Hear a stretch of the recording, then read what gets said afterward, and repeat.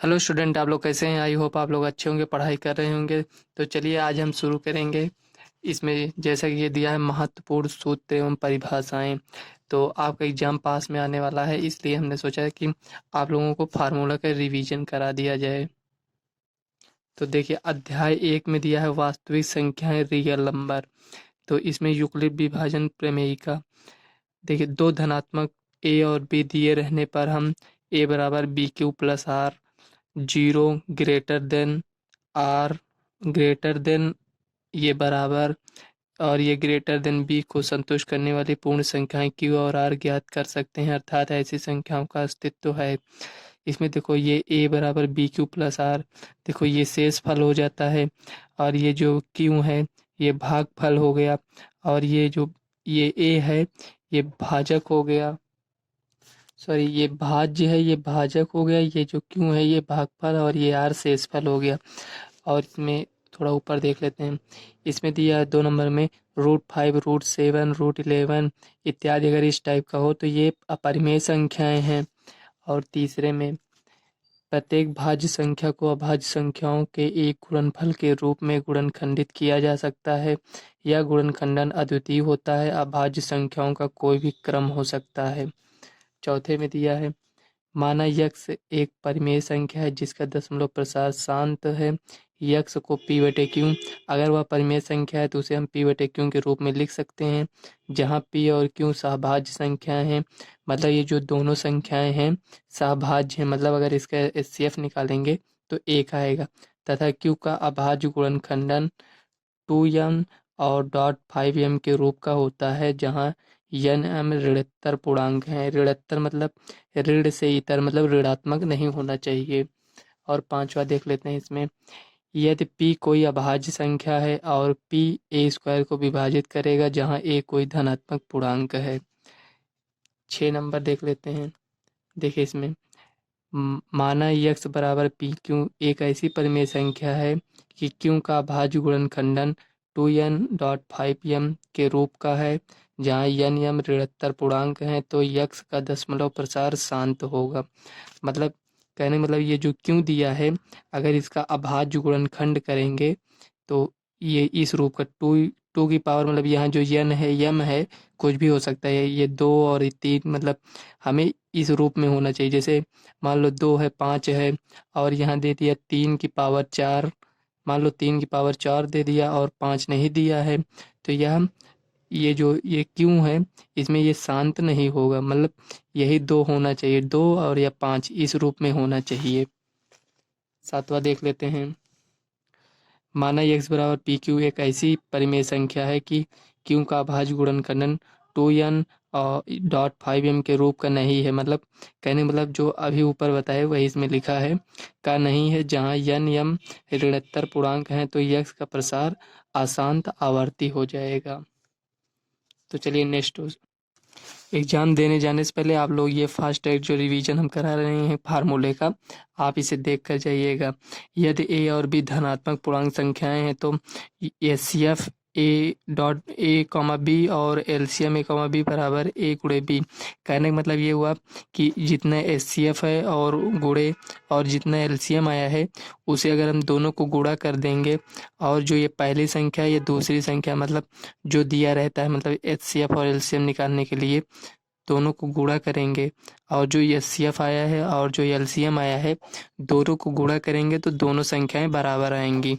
और 9वें में दिया है एचसीएफ संख्याओं में प्रत्येक उभयनिष्ठ अभाज्य गुणनखंडन की सबसे छोटी घात का गुणनफल होता है। एलसीएम संख्याओं में संबद्ध प्रत्येक अभाज्य गुणनखंडन की सबसे बड़ी घात का गुणनफल होता है। और 11 नंबर में दिया है दो धनात्मक पूर्णांक ए और बी दिए रहने पर ऐसी अद्वितीय पूर्ण संख्याएं क्यू और आर विद्यमान है कि ए बराबर बी क्यू प्लस आर, जहाँ ये आर शेषफल है, क्यू भागफल है और ये जो है ये भाजक है और ए जो है भाज्य है।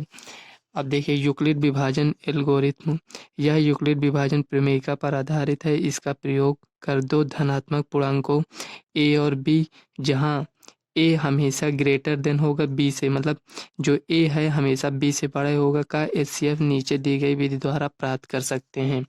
जो हम HCF ज्ञात करने के लिए आप लोगों को बताए हैं। देखो इसी तरह तो था ना। देखो Q और R ज्ञात करने के लिए यूक्लिड विभाजन प्रमेयिका का प्रयोग करते हैं, जहाँ A बराबर BQ प्लस R है।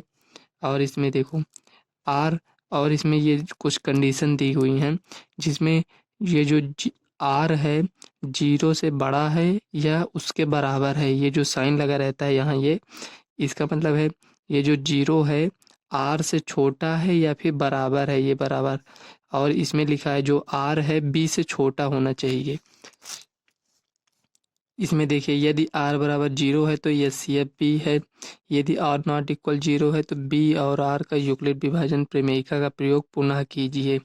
मतलब जब R 0 नहीं होता है तो हम दोबारा उसे ज्ञात करने के लिए, जब तक R नहीं हो जाता है तब तक हम ज्ञात करते हैं। उसके बाद जब R 0 हो जाता है तो हमें HCF का मान मिल जाता है। वही इसमें लिखा है, प्रमेयिका का प्रयोग पुनः कीजिए। और इसमें चरण 3 में देख लेते हैं। इस प्रक्रिया को तब तक जारी रखिए जब तक कि भी शेषफल शून्य प्राप्त न हो जाए। मतलब वही कहना, मतलब जो अभी इसमें बताया कि जब तक R का मान 0 नहीं हो जाएगा तब तक हम इस प्रक्रिया को जारी रखेंगे। इस स्थिति वाला भाजक ही HCF A, B है, साथ ही HCF A, B और यहाँ HCF B, R है। सेकेंड चैप्टर का है अध्याय 2, बहुपद पॉलिनोमियल्स। एक घातीय बहुपद को रैखिक बहुपद कहते हैं, मतलब जिसमें एक घात होता है उसे रैखिक बहुपद कहते हैं। और द्विघातीय बहुपद को द्विघात कहते हैं, मतलब जिसमें एक ऐसा बहुपद जिसमें सबसे बड़ी पावर 2 हो उसे द्विघात बहुपद कहते हैं। और इसमें तीन घातीय बहुपद को त्रिघात कहते हैं, मतलब जिसमें x की पावर, मतलब सबसे बड़ी पावर 3 हो उसे, मतलब x y कुछ भी हो सकता है, उसे त्रिघात बहुपद कहते हैं। एक द्विघात बहुपद ax² plus bx plus c प्रकार का होता है, जहाँ a नॉट इक्वल 0। इसका मतलब ये हुआ कि यहाँ a 0 नहीं होना चाहिए। अगर ये a 0 हो जाएगा तो ये सब 0 हो जाएगा, तो ये बचेगा, ये bx प्लस c बचेगा। तो ये द्विघात बहुपद कहाँ कहलाएगा, ये तो रैखिक बहुपद हो जाएगा। इसीलिए यहाँ दिया है a नॉट इक्वल 0, जहाँ a और c वास्तविक संख्याएं हैं। और इसमें देखो एक द्विघात बहुपद के अधिक से अधिक 2 शून्यक हो सकते हैं। कहने का मतलब ये हुआ कि ये जो द्विघात बहुपद होता है यक्स के मान इसके मतलब 2 ही आ सकते हैं। मतलब जैसे एग्जांपल में लें 3 और 0, मतलब 2 ही आएगा। 5 6 2 आया ना इसमें, और 7 8 2, मतलब यही, मतलब 2 शून्यक हो सकते हैं। तथा एक त्रिघात बहुपद के अधिक से अधिक 3 शून्यक हो सकते हैं, मतलब उसकी पावर 3 है इसलिए इसका शून्यक 3 हो सकता है। और 6 नंबर में दिया है यदि द्विघात बहुपद ax² plus bx plus c के शून्यक अल्फा और बीटा हो तब अल्फा प्लस बीटा बराबर माइनस बी अपान ए, और अल्फा बीटा को गुणा करेंगे तो c अपान ए हो जाएगा। कहने का मतलब ये हुआ शून्यकों का गुणनफल और शून्यकों का योग। और इसमें दिया है देखो 7 में यदि अल्फा बीटा गामा त्रिघात बहुपद ax³ plus bx² plus cx plus d के शून्यक हो तब अल्फा प्लस बीटा, मतलब जो इसमें है वही इसमें भी है। इसमें गामा आ गया है, त्रिघात बहुपद है, तो alpha plus beta plus gamma बराबर माइनस बी अपान ए। अल्फा बीटा बीटा गामा, और ये फिलहाल इसमें नहीं है तो इसको रहने देते हैं। अब देखो यहाँ हमें भाज्य निकालना है, तो भाजक गुणे भागफल प्लस शेषफल हो जाएगा। और 9वें में एक बहुपद px के शून्यक उन बिंदुओं के x के निर्देशांक होते हैं जहाँ y बराबर px का ग्राफ x अक्ष को काटता है। यदि px और gx कोई दो बहुपद हैं जहाँ gx नॉट इक्वल 0 हो तो हम बहुपद gx और rx ऐसे प्राप्त कर सकते हैं। px प्राप्त करने के लिए gx गुणे qx प्लस rx, ये वही हुआ, मतलब जैसे यहाँ भाज्य जो हो गया, यहाँ भाजक गुणे भागफल प्लस शेषफल, ये उसी प्रकार का है। जहाँ rx बराबर 0 अथवा rx की घात लेस देन, मतलब gx, मतलब gx की जितनी घात होगी वो उससे rx की घात कम होगी। मतलब कहने का मतलब ये हुआ, जैसे यहाँ 2 है तो यहाँ 1 होगा, यहाँ 5 है तो यहाँ 4 होगा, 3 होगा, 2 होगा, मतलब कुछ भी हो सकता है। इस परिणाम को विभाजन एल्गोरिथम कहते हैं। अब चैप्टर 3 में आ जाते हैं, दो चर वाले रैखिक समीकरण युग्म।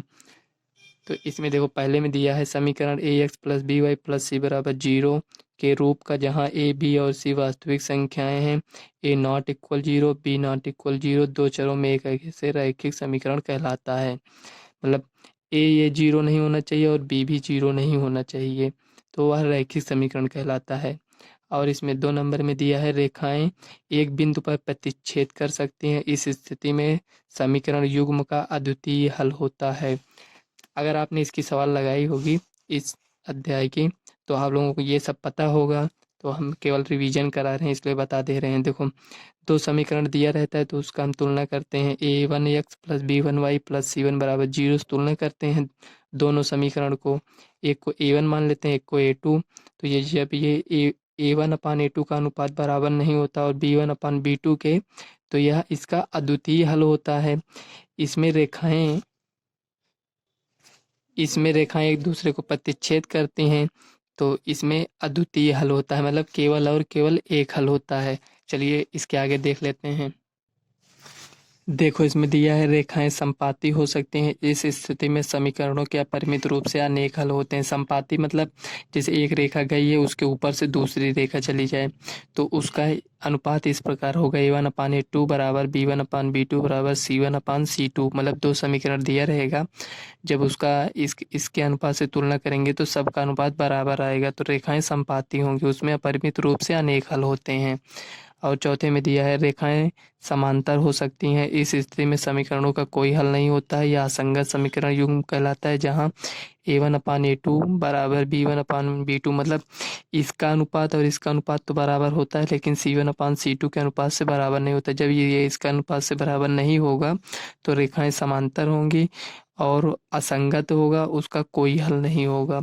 विलोपन विधि देख लेते हैं। इसमें विलोपन विधि, इस विधि में किसी एक अज्ञात राशि का गुणांकों के समान बनाना पड़ता है, अतः इसे गुणांकों को समान बनाकर समीकरणों को हल करने की विधि भी कहते हैं।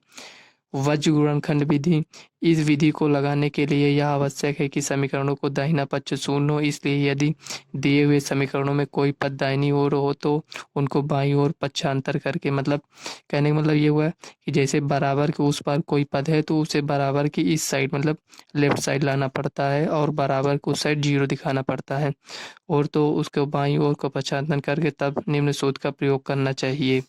तो हम कौन सा सूत्र, ये देखो यहाँ, यदि a x plus b y plus c बराबर 0, a dash x plus b dash y plus c dash बराबर 0 दिए हो तो उनका हल इस प्रकार होगा। देखो, x upon b c dash minus b dash c बराबर y upon c a dash minus c dash a बराबर 1 upon a b dash minus a dash और बी। अगर आपको ये थोड़ा कम समझ में आया है तो हम चलिए इसको कॉपी में थोड़ा बता देते हैं आप लोगों को। मान लेते हैं हमें कोई 2 समीकरण दिया है, a1 x plus b1 Y plus c1 बराबर 0, और दूसरा समीकरण a2 x plus b2 Y plus c2 बराबर 0 दिया है। हमें इसमें x और y का मान ज्ञात करना है, तो हमें इस प्रकार लिखेंगे। देखो, यहाँ a1 a2 है, ये b1 b2 है, ये c1 c2 है, तो हमें x का मान x अपान यहाँ लिखेंगे b1 c2 minus b2 c1, ये हो गया बराबर y अपान यहाँ लिखेंगे c1 a2 minus c2 a1 बराबर 1 अपान, देखो यहाँ bc हो गया, ca हो गया, तो अब ab होगा, तो यहाँ a1 b2 minus a2 b1। आपको इसमें ज़्यादा कुछ याद नहीं करना है। देखो, ये 12 लिखा है, इसका उल्टा कर दिए हैं, यहाँ 21 हो गया है, मतलब ये 12 है ना, इसको उल्टा किए तो ये देखो 1 2 है, 2 1 1 2 2 1 1 2 2 1, सब में सेम है, उसे हमें याद नहीं करना है। देखो बी सी यहाँ भी है, बी सी यहाँ भी है, सी ए बी, तो इसको हम इस तरह याद कर सकते हैं BC CA AB, इतना आप याद कर लीजिए, आपका फार्मूला बन जाएगा। तो चलिए अब आगे देख लेते हैं। देखो, यहाँ तक हो गया है अध्याय 4, द्विघात समीकरण, क्वाड्रेटिक इक्वेशन। इसमें पहले दिया है द्विघात समीकरण a x square plus b x plus c बराबर 0, जिसमें एक्स कोई चर है तथा ए नॉट इक्वल 0 मानक रूप कहलाता है। यदि a x square plus b x plus c a not equal 0 के दो रैखिक गुणांकों में गुणनखंड कर सकें तो द्विघात समीकरण के मूल प्रत्येक गुणक के शून्य के बराबर करके प्राप्त कर सकते हैं। कहने का मतलब ये हुआ कि अगर इसका गुणनखंड संभव है तो जितना है मतलब ये, तो इसको हम 0 बराबर कर कर 0 के बराबर दिखाकर हम यक्स का मान निकाल लेंगे। अब इस सूत्र को देख लीजिए। देखिए समीकरण a x square plus b x plus c बराबर 0 के द्विघाती सूत्र एक्स बराबर minus b plus minus root में b square minus 4ac upon 2a। अगर आप गुणनखंड कर रहे हैं उससे नहीं कर पा रहे हैं तो आप ये सूत्र लगाकर आप एक्स का मान निकाल सकते हैं, लेकिन यह सूत्र द्विघात समीकरण के लिए ही प्रयुक्त होगा। इसमें लिखा है ना द्विघाती सूत्र प्राप्त किए जा सकते हैं यदि बी स्क्वायर माइनस 4ac या फिर 0 के बराबर हो या 0 से बड़ा हो। मतलब 0 से कम होगा तो ये फार्मूला नहीं लगेगा, पहले आप इसको लगाकर चेक कर लीजिएगा। तो अब चौथे में देख लेते हैं, इसमें दिया है यह द्विघात समीकरण a x square plus b x plus c बराबर 0 ए नॉट इक्वल 0 में लिखा है बी स्क्वायर माइनस 4ac। देखो यहाँ देखो ये 0 से बड़ा है, ये जो इतना दिया है ये 0 से बड़ा हो तो दो भिन्न वास्तविक मूल होते हैं। मतलब दो भिन्न वास्तविक मतलब दो अलग अलग मान आएंगे।